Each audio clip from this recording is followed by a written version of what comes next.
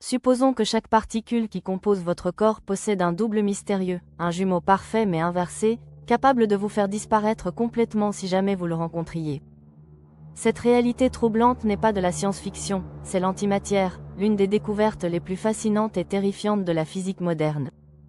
Aujourd'hui, vous allez découvrir comment les scientifiques ont réussi à créer la substance la plus chère au monde, évaluée à 65 000 milliards d'euros le gramme, et pourquoi cette découverte pourrait révolutionner notre compréhension de l'univers tout entier.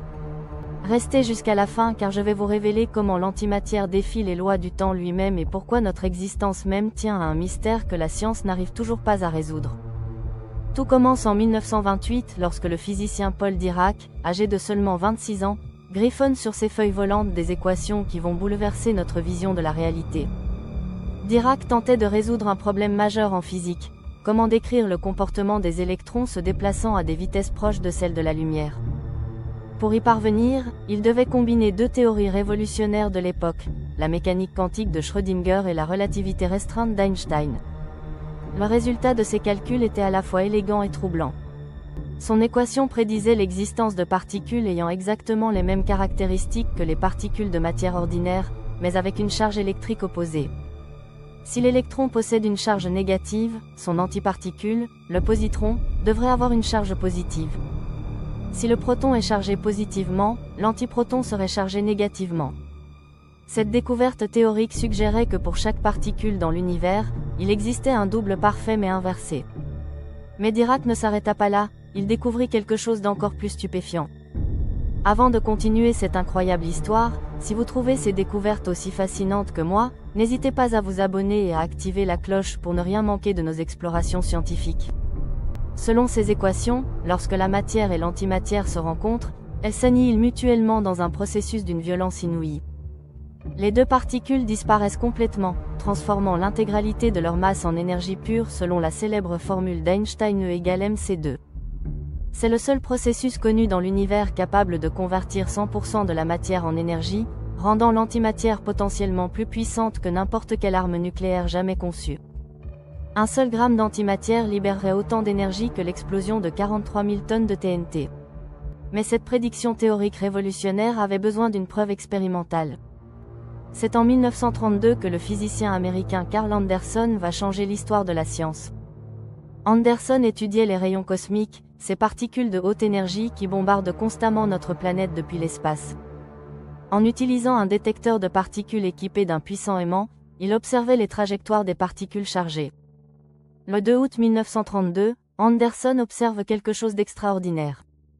Une particule traverse son détecteur en suivant une trajectoire circulaire, preuve qu'elle est électriquement chargée. La taille du cercle indique qu'elle possède exactement la même masse qu'un électron. Mais cette particule tourne dans le sens opposé à celui d'un électron, révélant qu'elle porte une charge positive. Anderson venait de découvrir le premier positron, confirmant ainsi la prédiction révolutionnaire de Dirac.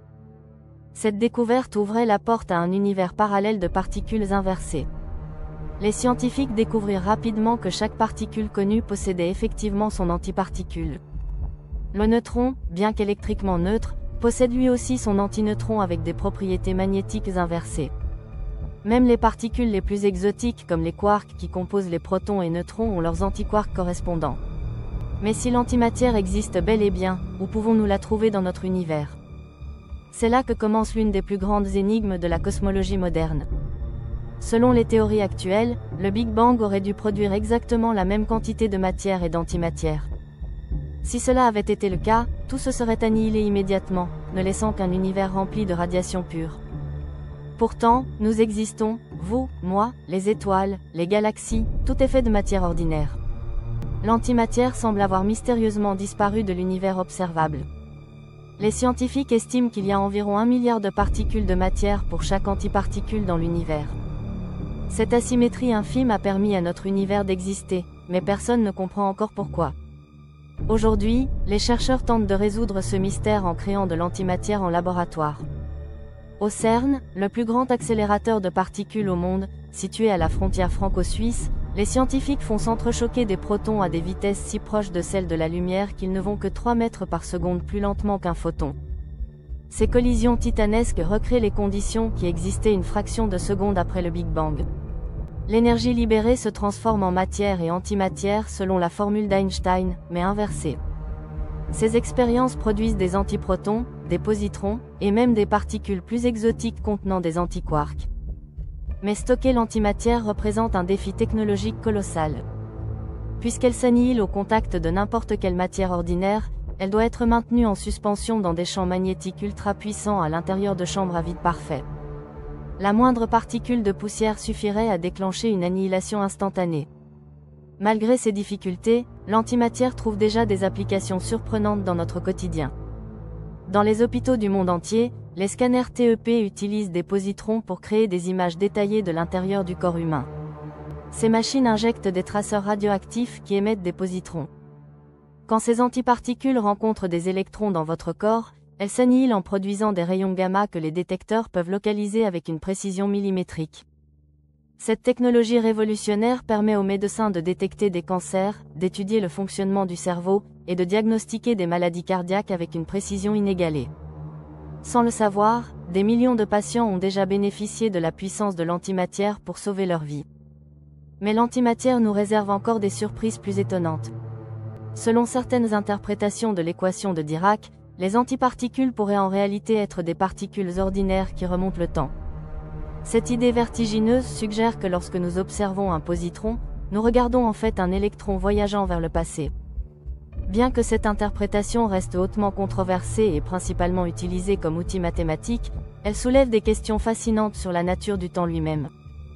Si les antiparticules peuvent théoriquement remonter le temps, cela signifierait que l'univers possède une symétrie temporelle fondamentale que nous commençons à peine à comprendre. Les détecteurs spatiaux comme le spectromètre magnétique alpha installé sur la Station spatiale internationale traquent en permanence les antiparticules dans l'espace. Ces instruments ultrasensibles ont détecté des antiprotons et des positrons provenant de sources astrophysiques extrêmes.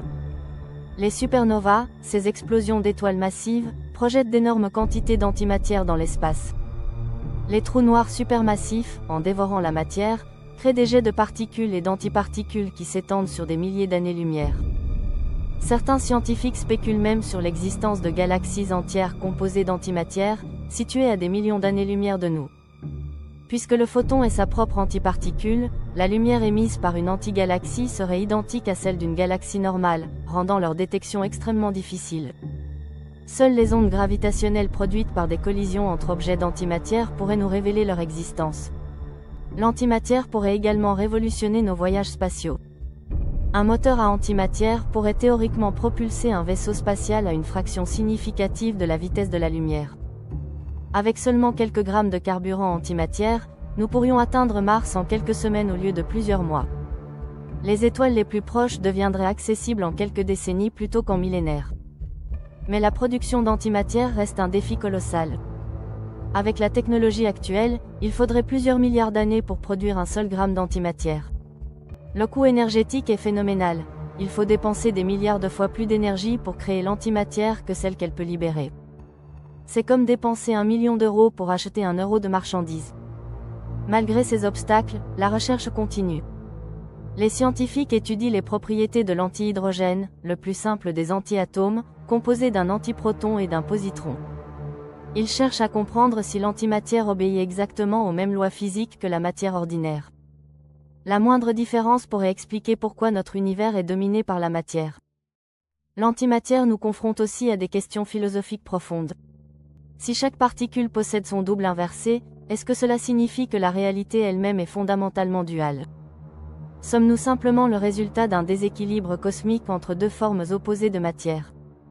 L'antimatière semble être une copie imparfaite de la matière, ou alors, elle peut être une existence indépendante et égale. Les recherches actuelles explorent également les violations de symétrie CP, des phénomènes rares où la nature traite différemment la matière et l'antimatière. Ces violations infimes, de l'ordre de quelques pourcents, pourraient expliquer pourquoi une petite fraction de matière a survécu à l'annihilation primordiale. Sans ces asymétries microscopiques, l'univers serait vide et froid, baigné seulement dans la lueur fantomatique des photons issus de l'annihilation totale. L'antimatière nous enseigne que l'univers est beaucoup plus étrange et complexe que nous l'imaginions. Elle révèle l'existence d'un monde miroir invisible, peuplé de particules fantômes qui défient notre compréhension intuitive de la réalité. Chaque découverte soulève de nouvelles questions encore plus profondes sur la nature fondamentale de l'existence. Alors que nous continuons d'explorer ces mystères avec des technologies toujours plus avancées, l'antimatière demeure l'une des frontières les plus fascinantes de la science moderne. Elle nous rappelle que malgré tous nos progrès, nous ne comprenons encore qu'une infime fraction des secrets que recèle notre univers.